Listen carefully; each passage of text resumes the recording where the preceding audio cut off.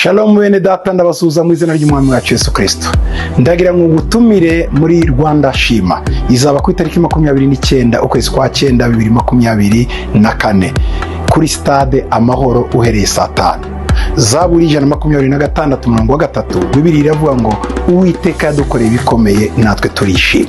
Ngwino uzaje kwizihiza n'umukozi umuhanga Yesu arakora. Shalom shalom. Uyu munsi ni umunsi mwiza w'umunezero tuje gutumira mwese abanyarwanda mu giterane kidasanzwe twise Rwanda Shima Imana, aho buri wese nk'umunyarwanda atumiwe ku itariki 29 z'ukwa 9 nyuma ya saa 6 muri stade Amahoro.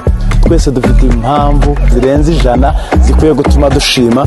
Turi mu gihugu gifite amahoro, dufite ubumwe bw'abanyarwanda, dufite ubuyobozi bwiza, iterambere mu gihugu, turagenda tukishira tukizana, ubu ngubu ni amahoro. Rero turabatumiye mwese kuri uriya munsi kugira ngo muzaze tubane, muzaze dushima Imana twese nk'abanyarwanda, nta n'umwe usigaye muri stade Amahoro. Rero murakaza neza.